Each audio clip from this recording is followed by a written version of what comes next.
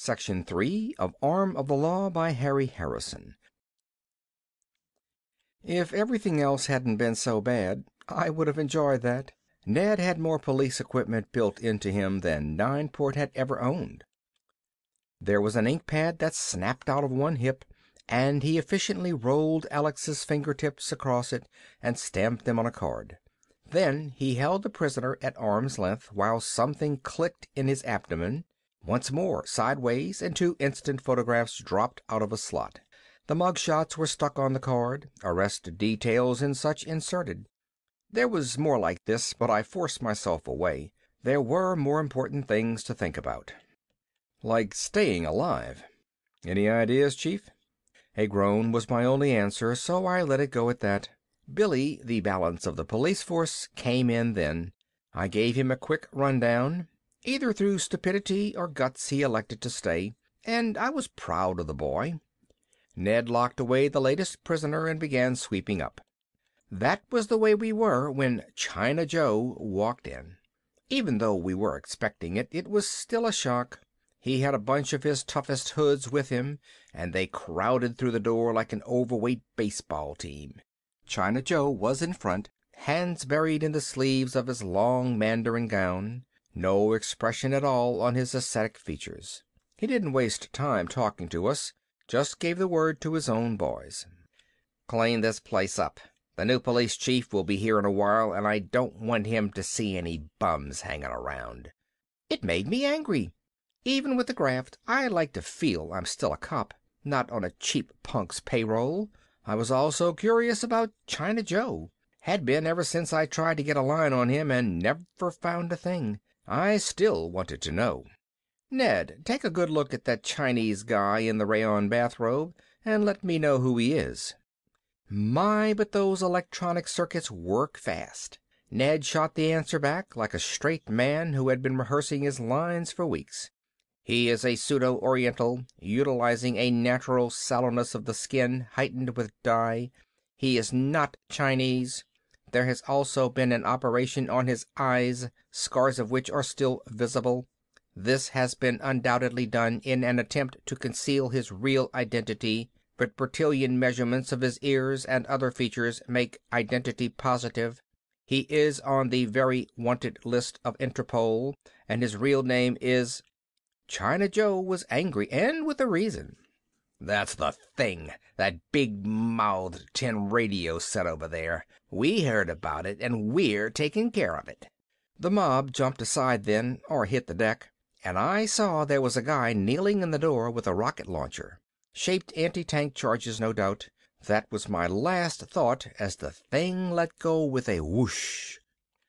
Maybe you can hit a tank with one of those, but not a robot. At least, not a police robot.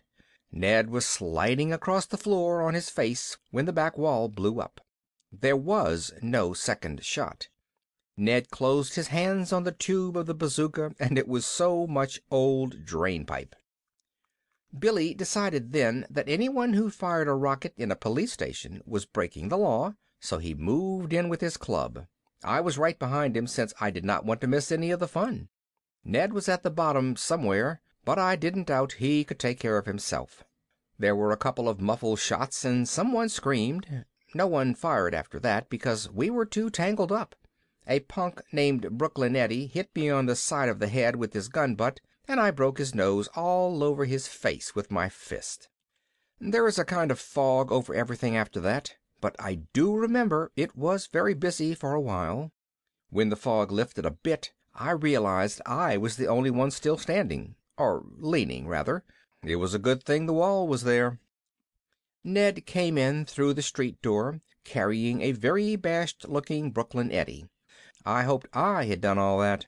Eddie's wrists were fastened together with cuffs. Ned laid him gently next to the heap of thugs, who I suddenly realized all wore the same kind of handcuffs. I wondered vaguely if Ned made them as he needed them, or had a supply tucked away in a hollow leg or something. There was a chair a few feet away, and sitting down helped. Blood was all over everything, and if a couple of the hoods hadn't groaned, I would have thought they were corpses. One was, I noticed suddenly. A bullet had caught him in the chest. Most of the blood was probably his. Ned burrowed in the bodies for a moment and dragged Billy out. He was unconscious, a big smile on his face and the splintered remains of his nightstick still stuck in his fist. It takes very little to make some people happy. A bullet had gone through his leg, and he never moved while Ned ripped the pants leg off and put on a bandage. "The spurious China Joe and one other man escaped in a car," Ned reported. "Don't let it worry you," I managed to croak. "Your batting average still leads the league."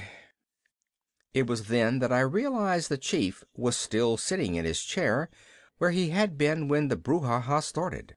Still slumped down with that glazed look. Only after I started to talk to him did I realize that Alonzo Craig, chief of police of Nineport, was now dead. A single shot, small caliber gun, maybe a .22, right through the heart, and what blood there had been was soaked up by his clothes. I had a good idea where the gun would be that fired that shot.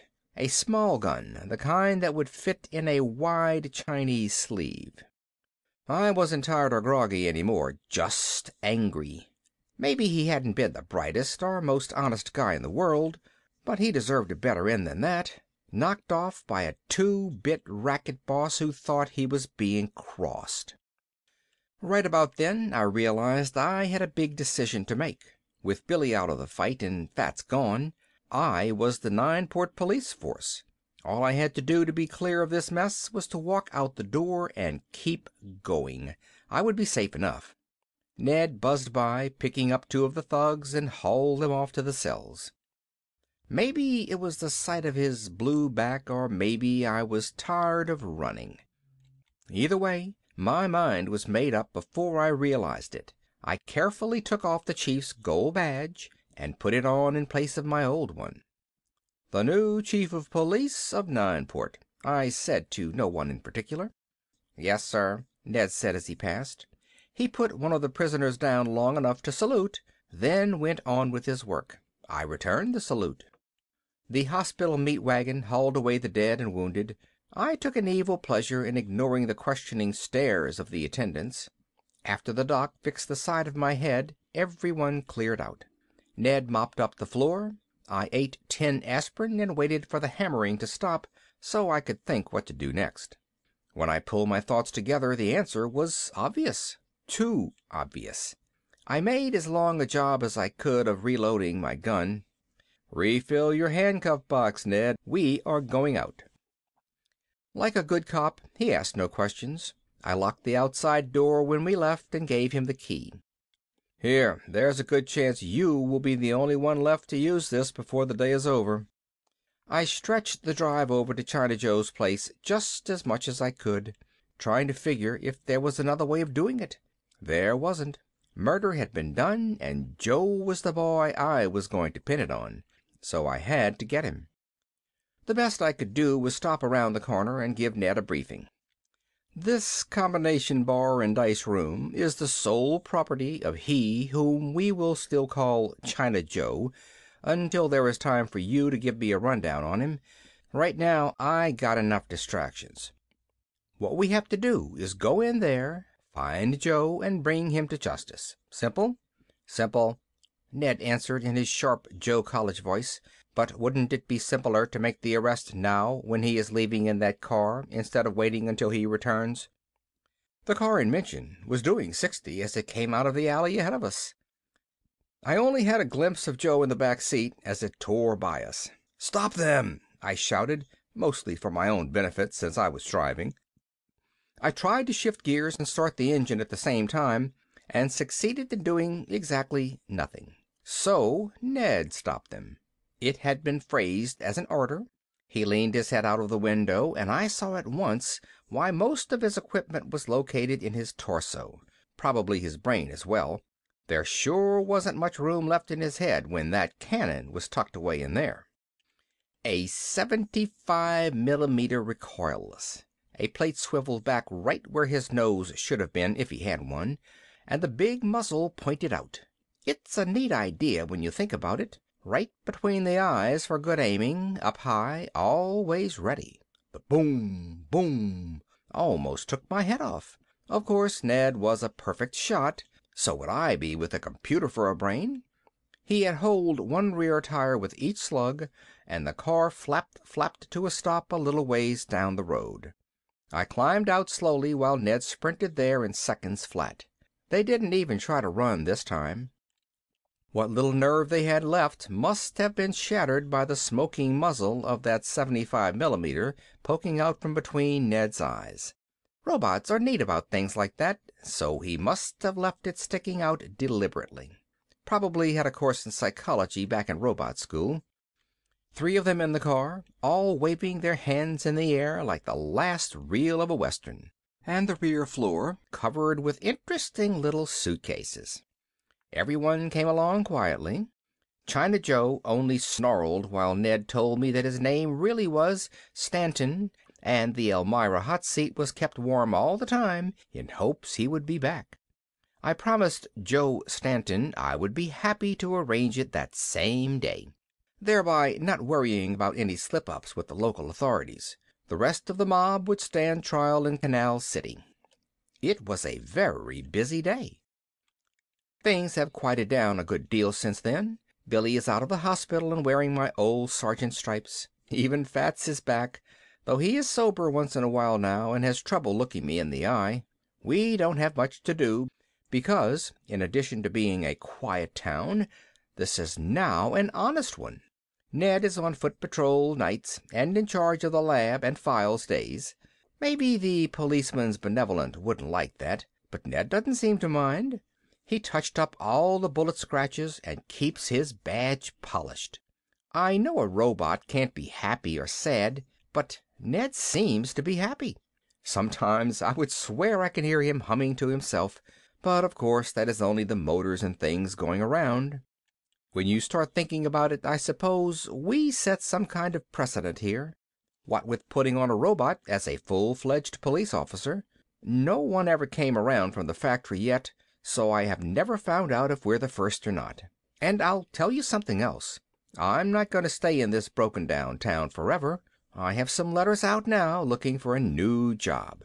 So some people are going to be very surprised when they see who their new chief of police is after I leave. End of Section 3. End of Arm of the Law by Harry Harrison. Read by Phil Chenevert, Baton Rouge, Louisiana, May 2012.